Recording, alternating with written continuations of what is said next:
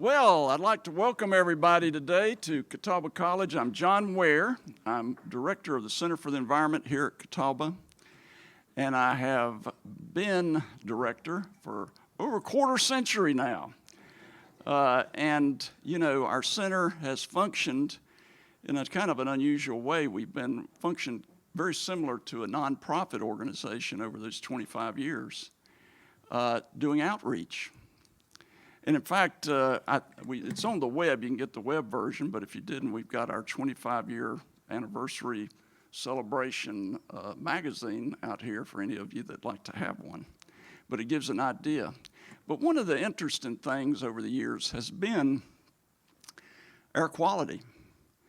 And it was back in 2004, American Lung Association came out with a state of the air report that listed this region and even this county. The county is 16th worst in the nation. Now, that's kind of unbelievable. Of course, the reasons, partly because, you know, there's a monitor, two monitors here, not monitors in many, many counties around. But we went on to find out that many counties, you know, in a study we did with Davidson, our surrounding counties were in the same boat. They just didn't have a monitor. But what was interesting was at that time, the chairman of the county commission came to me and said, "John, we've got an issue. We've got an air quality problem, and our public doesn't know about it, and our commission wants to do something about it. But we can't do these things unless people know." And he said, could the center help us? And so we began an effort to get out and educate people. And it's interesting, here back in, I think it was about 2005, we had all of the banks, almost every bank in Rowan County, supporting our air quality initiative. Ultimately, though, more and more of the community got behind that, and we ended up getting a grant from the Department of Transportation to even take that further, and it became our campaign for clean air. But it's interesting, you know, one thing I've noticed over these years is the important role of, you know, institutions of higher education can play in this whole picture. And often I've been asked if we can be an advocacy organization. And, you know, there's a challenge there, as some of you associated with other institutions of higher learning know. You've got to guard your credibility. And I think what we need to do as institutions of higher education is partner with our communities and bring to light this information while advocacy organizations take the other role of getting it out and making policy changes and for getting these municipalities to make policy changes. That's an important relationship, and I think people don't often understand how important things like a center can be to a community. In fact, that's the way centers got started back originally, was back during the era, I guess, of the 60s, where college students wanted to see their institutions of higher education more involved. But it's interesting, I know I was looking through some photos recently and ran across a picture of June Blotnick. And she was sitting about where that table is at a conference we were holding right here on air quality, a statewide conference. And we have enjoyed partnering with organizations like Clean Air, you know, and we've had many instances where we see the importance of each other in this bigger picture. So I want to thank all of you for being here, and I'm going to turn it over to June. June has been an outstanding leader in this area, and you know, I've just really been fortunate to get to know her.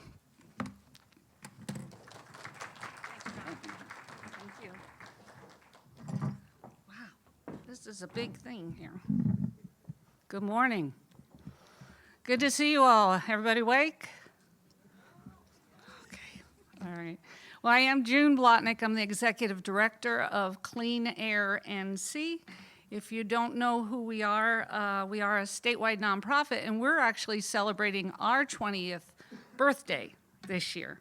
So that's exciting for us, and our mission is to advocate for the health of all North Carolinians as we pursue equitable and collaborative solutions to climate change and air pollution. So I just want to welcome you. This is our 7th annual NC Breathe Conference. Who was at our first one? Anybody in the room? Kim, John. I know we've got a few of you here. Reggie's here.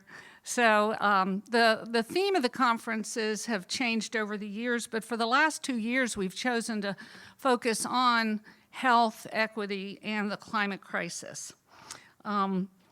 And I do want to take a moment, in addition to thanking all of you here in this room, thank everyone who is listening online. So this is a hybrid conference, and we have a great tech team in the back. I want to thank them with the leadership of Wonder World Creative, because they're making all this happen online. So some of our panels will have people on the screen, and some will be real. So bear with us. I do want to take a moment to thank, of course, our sponsors, Catawba College. You see, I know there's a slide up here of campus building with solar arrays. This is probably, I'll give you credit, the most sustainable campus in the state. It's got to be per student. So we're really happy to be here, and the Center for the Environment. Duke University's Environmental Health Scholars Program is always one of our great sponsors. UNC Charlotte School of Public Health Sciences department is here. US EPA, we're grateful for them. All these folks have been on the conference planning team and have exhibits here. Also want to shout out to Fred and Alice Standback for being early supporters of this conference and continue to do so. So thanks to all our sponsors. Let's see, I want to thank the students that are here. In the room, we've got any students, I know there'll be more coming. All right, there, okay. Now, this is great. This is what's great about Breathe, is that we have all kinds of people in the room, and we're going to do a poll. Gerald has that there. Let me make a few more thanks, but if you want to take the time to take a picture of that QR code, we're going to have a poll coming up to let us know who's in the room. I do want to thank members of our conference planning team who've been meeting for the last 6 or 7 months to pull all this together. This is our first in-person conference after over 2 years. And then if I have staff in the room, we have 9 other staff people here besides me, and feel free to call on them.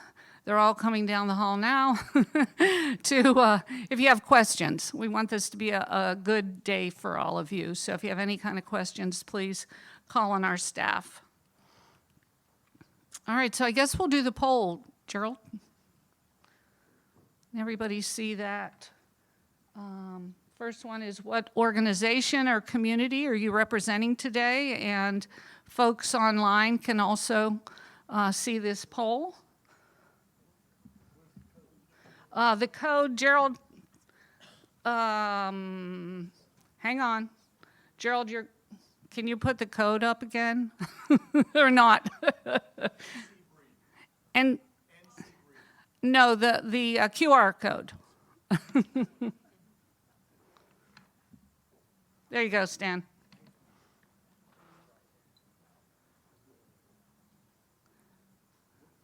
You have to zoom in if you're in the back.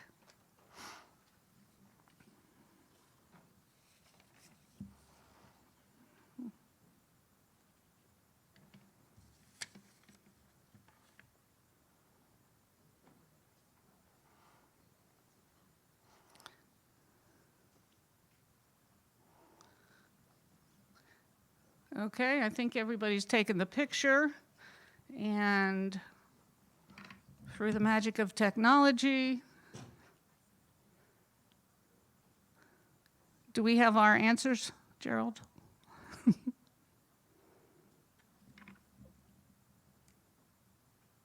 All right, lines are moving around. 30% education. There we go. Next is healthcare, excellent, and students. Yeah, we've got environmental advocacy, nonprofits, 17 in healthcare, 30% in education. Frontline communities, 4%. Need to work on that for next year. That's so important to what we're talking about. And we will have a frontline panel at the beginning of the conference. So I'm not going to take too much more time because we need to move on, and I want to introduce Mercedes here. But, you're going to hear from people today that are doing work. Some have been doing work for a long time, for decades, on health justice, racial justice, environmental justice. You'll hear from young voices today, students and other young voices who have, being advocates in the climate crisis here as they consider how their future will be. So I just want you to be prepared, take notes, be inspired by the speakers here today. We're excited that all of you are here. And then I'm going to turn it over to Mercedes Quesada Embed, and she's a professor here, and she's going to offer our land and water acknowledgement. Thank you all.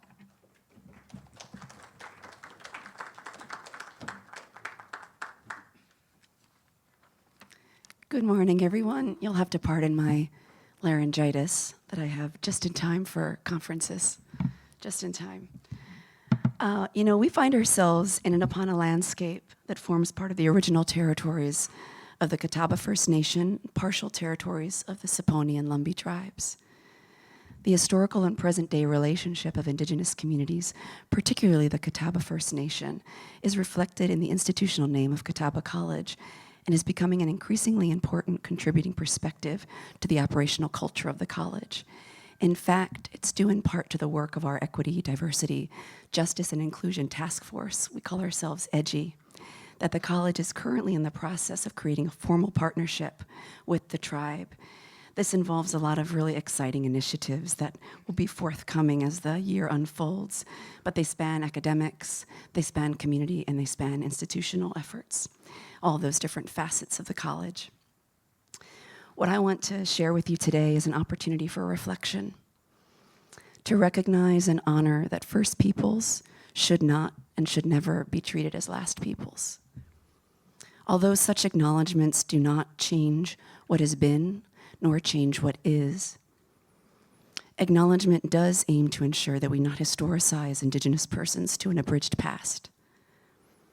It encourages us to decolonize our understandings of truth and to no longer implicitly or explicitly support systems of dispossession or oppression for anyone. The past, the present, and the future are linked through this landscape's ancestral spirit of indigeneity, and we choose to honor the strength of the Catawba Nation, the resilience of right relations, and the solidarity that purposeful cultural bridging can bring. I'd also like to take a moment to acknowledge the youth in the room. The youth here with us at the Breathe Conference, folks that we'll hear from throughout the day. This conference really does aim to uplift the voices of the youth of the local community and the youth of the state across many different institutions and many different communities. Rather than thinking about, I'll encourage us to, rather than thinking about the youth as the future generation and the bearer of all responsibilities to come, I'll encourage us to think about the youth as the present generation as well, and validate their lived experiences, validate that they are experts of what those lived experiences have taught them to date. And as the present generation, they are agents of change now. They are inspirational and actual contributors to the process now. And they bring, through those lived experiences, information crucial to better understanding the myriad health, equity, and climate crises that we face. So throughout the conference, we'll hear from our young minds in the room, and at the close, we will revisit what it really looks like to move forward together. Thank you.